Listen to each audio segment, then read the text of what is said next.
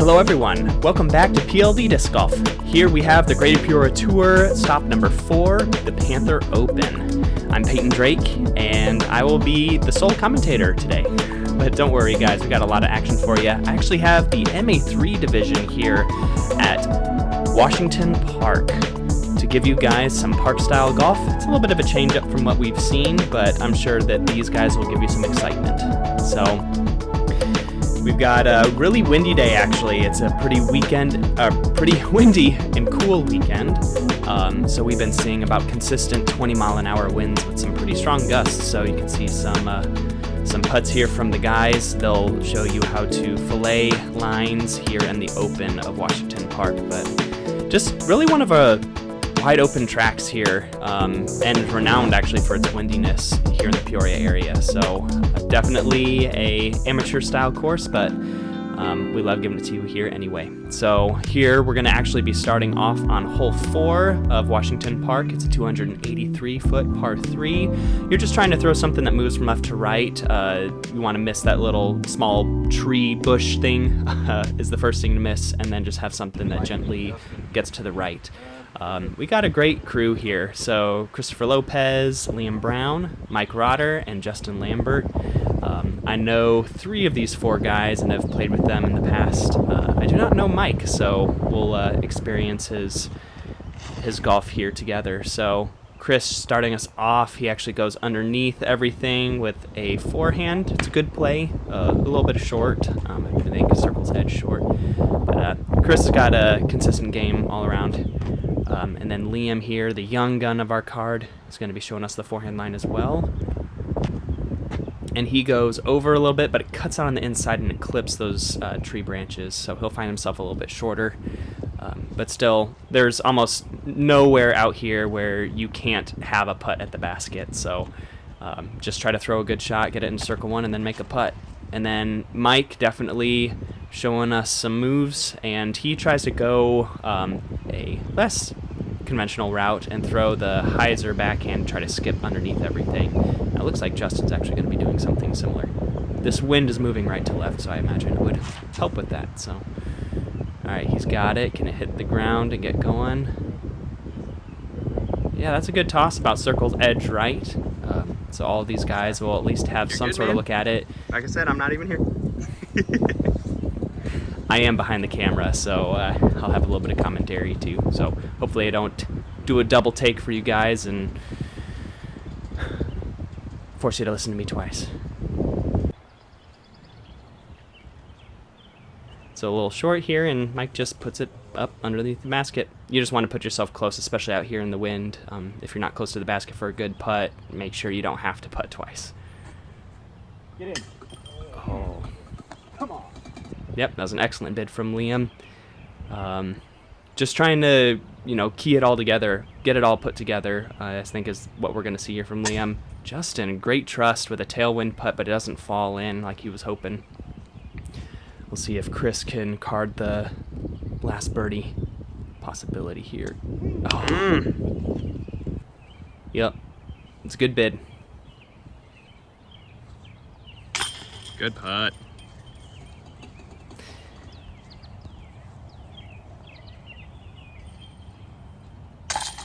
Okay, get to see all these guys clean up. They'll show their putting styles and, yep, routines here.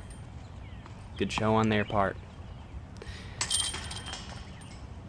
And with that closure, par frame, I want to talk about the premier sponsor for the Greater Peoria Tour, and that is Power Grip. So Power Grip USA, they have a store in Bloomington, Illinois, an awesome brick and mortar store with lots of options, lots of availability similar to Power Grip in Europe. So thankful to them for sponsoring the entire tournament. And now let's get into hole 5. This is a 287-foot par 3.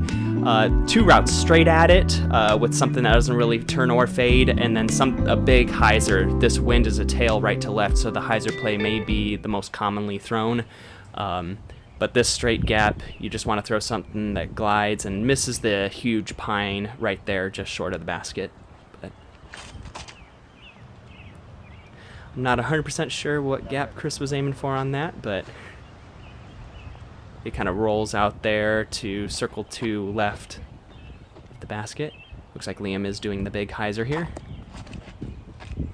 Let that wind kind of lift it up and push it. He goes way left of the basket, but it should dig. Yep, he is about circle 2's edge deep. Deep and left. Mike Rotter, I think he was looking to just go straight at it, and he puts it right at the tree.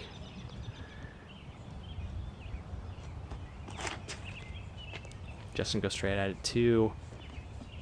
Looking to flex something a little bit. I think he wanted it to fight a little bit more. That tailwind not actually doing what it needed to do and help the disc fade out, but now it's just pitch up time and try to get your par. That's a good toss up from Mike. Let's see what the circle 2 brings here for Liam and Chris. Oh, good trust. Oh my gosh. Great trust into the headwind there from Liam.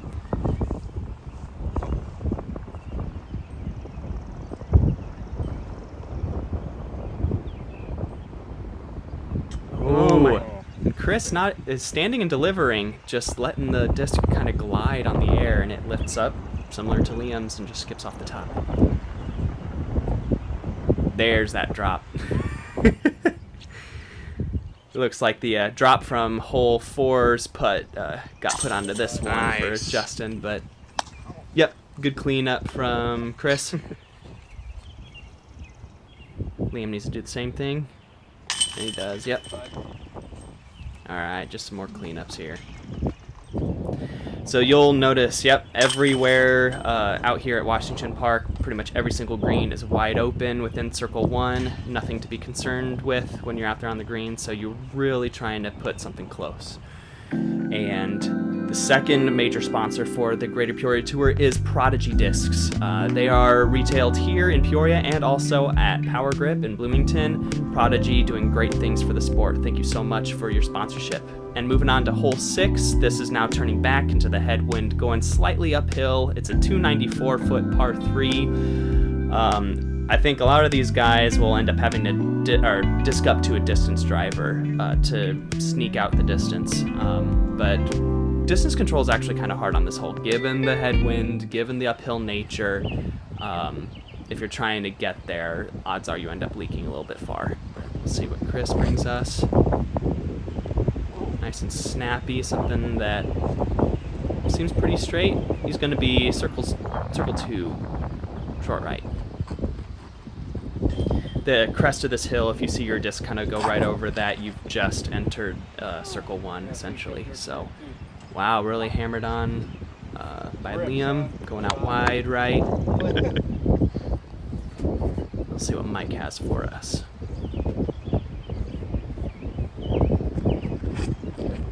Ooh, a little too much anhyzer hammered over. It just kind of curls up short. He's going to have to do another one of the pitch-ups for par. Hard to run anything here in this headwind, and wow, that gets turned over from Justin's hand. Actually, he's really deep, as we'll see here as we get close. Mike pitching it up, maybe giving it a run. It just fades out. I'll make my shot and that's it.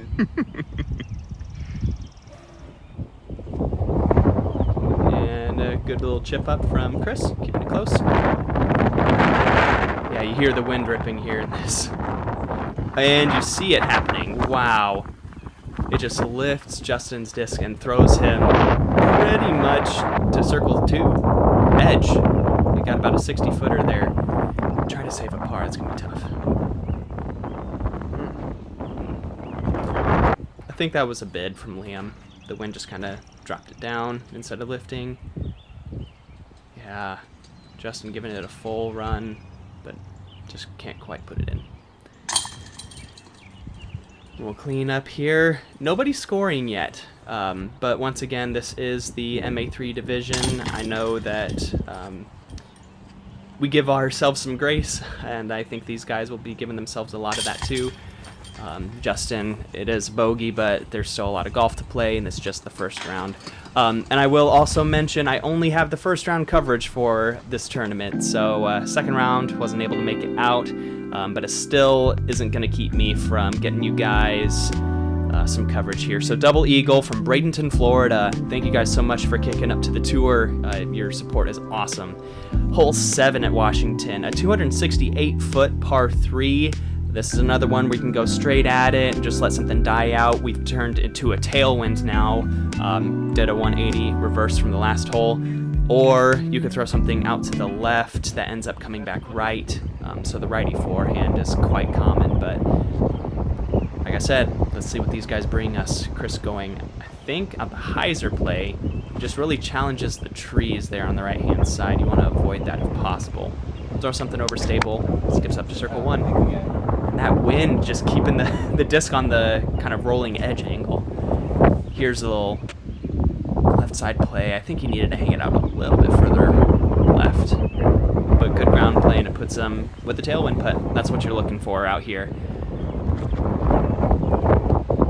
Mike, I think, wanted to go with the extreme hyzer play, and that looked like a grip lock from him, but I mean, it turns out to be a circle 2 putt. Give him a chance. Justin trying to go straight at it too. This tailwind is going to do what it does and stable discs out, so you see heavy fade from all of them. All right, Mike up first. He's got to can it. Really exercising that nose down to try to get the tailwind to push it in. I can admire that. Oh, Justin. That's a great bid. Just need a little bit more pop on it, a little spin. But it's okay. Everyone's working out here. Yeah, and that's a great putt from Chris. Maybe get him started on some birdies. Then Liam, last chance for bird. There he is. High and center. That's exactly how I like it. I see the Gannon Burr kind of hesitation from Liam when he puts it up high, and it looks like it could be an iffy putt. He kind of pulls his hands back, recoils, but it's funny. But it's good. Great Lakes Disc, a retailer up in Michigan. They are a fantastic group of guys. Great Discraft and DGA retailer in the heart of Michigan. So great place to be. Stop by when you can. Check them out online. Hole 8, a 279-foot par 3. This one, you just got to go right at it. And with this headwind, I mean, it's just try to throw something hard at it. Maybe a fairway driver that doesn't fade off hard or turn really hard. It looks like Chris is throwing a forehand at it. He hammers over on something a little bit more overstable, challenges that tree on the left, and it just hits and drops at circle's edge. He's going to have a uphill headwind putt. Liam tries to do the same thing. It looks like it flips his over a little bit, but he's going out and around the tree, which ends up being really deep. That's the difficult part. You really just need to put something out here in the middle. Kind of like what Mike did, except his doesn't hang over right enough. It fades out. It's a good pull. And then Justin going up the middle too with the backhand, maybe? Oh, low. See, the mentality here on this hole is to keep something low and out of the wind so it doesn't fade out like Mike's does, but then the miss is you end up throwing it really short and then struggle on the upshot most likely. And looks like Justin puts it in the circle though, so a good chance to clean up a par. But you see this wind ripping. Oh, okay. Looks like maybe just a pitch up from Liam. And that's smart. Young kid, good smarts. He's going somewhere. Oh, wow. Chris giving it a chance. That's what you need to do. Just kind of spin it right at the chains, let the headwind kind of lift it up. Hopefully to hit metal, because if you don't, you're going long. All right, Justin, clean up your par. And you do. Good job. Good confident. Good putt. Good confident. Yep. I swear, I can English sometimes, guys. Not all the time, but... All right. Yep, good cleanups here. No birds, but no bogeys. It's a good time. All right, NADGT. This has been upgraded to an NADGT qualifier, so I believe the first place finishers in every division will be seeing an invite to National Amateur Championships. So NADGT, thank you so very much for elevating this tour to the next level. And finishing up our front 9, we've got, oh wow, no, I am 3 holes ahead because we started on hole 4, so my bad. 323-foot par 3, we got a strong left to right wind, maybe a mild tail, so I mean, it's just try to pump something straight. The flex forehand is definitely a viable option, but you really have to hang it out left with this fade. It'll really have a lot of tendency to fade off hard to the right, like that. Yep, that's going to be a tough circle 2 run. I think we'll see similar things from Chris and Liam. They both like to lean on the forehand when possible, and Liam does something similar, but his goes a little bit straighter. We got the backhand from Mike and Justin, most likely. Yep. Not a whole lot of trees in the fairways out here at Washington, but they are the obstacles to miss. You just want to put something in the center of the widest area that you can, and then let the disc kind of do its work. So on this one, you want to throw it really far left and just let the understability kind of glide it over to the right, but it's not to be for Mike or Justin. Justin a little bit closer. It looks like he's right there at circle edge, right next to Liam. So let's see if Chris can it. A little hesitation. It looks like he pulled his wrist back there, but all good. Pitched under the basket for a par. That comes at a premium today. And there's that nose down kind of high loft bid from Mike. I do appreciate seeing that. It's unique to see people in this in the MA3 category, the division, changing up their putts on the green for different reasons. So I appreciate seeing that from Mike. Yeah, just a little cleanup here from the crew. Yeah, it's tough. Missed Mike's upshot, I think, which is why he cards the bogey there. But it's all good. Yeah, we're going to be getting to some very interesting holes here. And I think hole 12 will be one to look for. Will be the end of our front 9. But OTB, everybody is watching this coverage. I'm sure you've heard of one of the most premier online retailers. Go check them out online. I've bought from them several times. Never been disappointed. So OTB, thank you very much. And hole 10, we're doing another 180 from hole 9. So it's now a right to left wind. 293-foot par 3. Got a low tunnel shot kind of gap that you're looking for. And so Chris and Liam probably going to lean on the forehands here just to let the disc fight the wind the entire time, and rolled over from Chris, and that wind just picks it up and keeps it going. Wow, he's going to have like 150 feet to the basket from there. That's all right. It's things that you learn when you're playing in the wind after not having a whole lot of experience with it. That's all good. Liam makes the opposite mistake and puts it a little extra hyzer so the wind shoves it down. I think a safer miss to have. Justin keeping the disc loose in his hand. He throws the backhand with a little extra turnover and it turfs. And there's the low ceiling. But it looks like he cuts through. He's going to be really far left. Oh yeah, wow. He's actually got a birdie look out there. It's going to be an interesting run, but we'll see. Oh, Chris. Maybe getting a little tricksy there trying to run it, but he goes a little bit long, and with that little downhill approach, that's very likely. So, yeah, that looks like a little pitch up from Justin. The wind's picking up for him, and Liam staring at it, wishing he put it a little bit closer, but he'll be able to clean up that putt, no problem.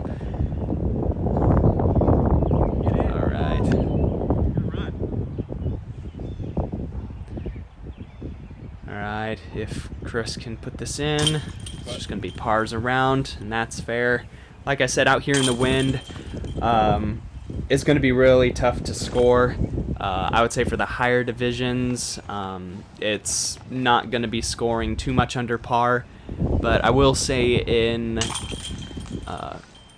very calm conditions, it takes a double digits under par in order for you to get a well-rated round. So I think all of these guys will be happy if they hover around even. No problems for them. Underdog Sports, quick shout out. They have an awesome storefront in Peoria and Springfield, a used sport retailer, and a new selection of discs too. So they are awesome supporters of the sport. Thank you guys so much for kicking to the tour. And hole 11 is a 263-foot par 3. The most open airspace is a left to right moving shot with a tailwind on this hole, but some of our players may try to throw an iffy hyzer through the trees on the right hand side, but you know, to each their own. I'm not going to be the judge. As long as it works and nets a birdie, that's all that counts. So Chris trusting something overstable in the wind, thinking it would fight out a little bit faster, but I think that kind of cross left to right holds it over on Anheuser. But that's okay. I would have made that miss myself. Liam making a correction on the last hole. He throws something flat out right, and he nearly pins it. That is a great throw from him. Get some trust on that forehand. And here's the challenging the trees on the right-hand side sort of play. Like I said, to the backhand, it must be the one thing to throw, but I can imagine both of these guys have nice. Like I said, if it works for you, it works, but I could see the Anheuser play out to the left on the backhand would work well with the putter mid-range. That's a good pitch up from Justin. Not wanting the wind to get crafty with the disc as it comes in. Come on, Chris. Okay. Just a little throw approach. Put it close. And a birdie approach from Liam. Birdie approach. Birdie putt. And he does it. Well done. Good birdie as well from Mike. And a couple of pars from Chris and Justin. There it is. And most people get super excited about the next hole. So it's one of the 2 par 4s out here on the course. And it definitely will be interesting for this one. I did not mention, but most of the sidewalks out here are playing as OB, but in most other holes it doesn't come into play. So for hole 12, as we get to the drone flyover, there is a sidewalk on the left-hand side of this fairway playing OB, a 508-foot par 4. You're trying to throw something, miss this little pine tree here in the middle of the fairway. Most people are going to the right of it and just having their righty backhand kind of fade out right next to this big tree or closer to these 2 trees. But then you'll want to pitch something up here to the basket. This is playing as a headwind or a little bit of a right to left cross, but the pine trees on the right hand side kind of guard from the wind and make it do some weird stuff. So just a placement shot for most of these guys. I would say the rare few MA3 players may actually have the distance to get there, and it looks like Liam actually could get quite close with that forehand, but he does clip that second tree, and it puts him in a good spot for him to just get around for his bird. Yeah, that's the throw, and that's where you want to land. Well done, Mike. So see if Chris can replicate. He's seeing the line. He just needs to copy it. That's alright. Trusting something overstable out wide to let it kind of fade out into the air gap. That should be fine. The more central you get behind this little bush here in the middle, or I guess in the middle of the fairway, the tighter the line is and the more likely you have to throw an overhand at it. But wow, a crush from Justin.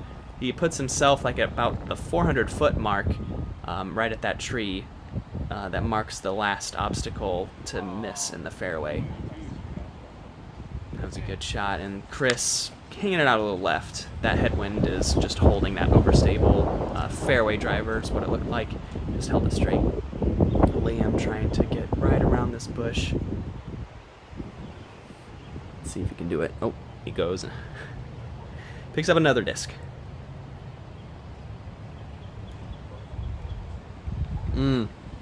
Really sawed off. You can imagine you wanted to kind of push it a little bit straighter before trying to skid, but it's alright. Pitch up to circle's edge from Mike. That'll give himself a bird chance. CTP from Justin, and it'll be the same for the approach. Tap in bird. Well done. Oh, man, Liam has been attacking the basket today. If some of these dropped, he'd be scoring really, really well, but obviously doing the best on the card right now.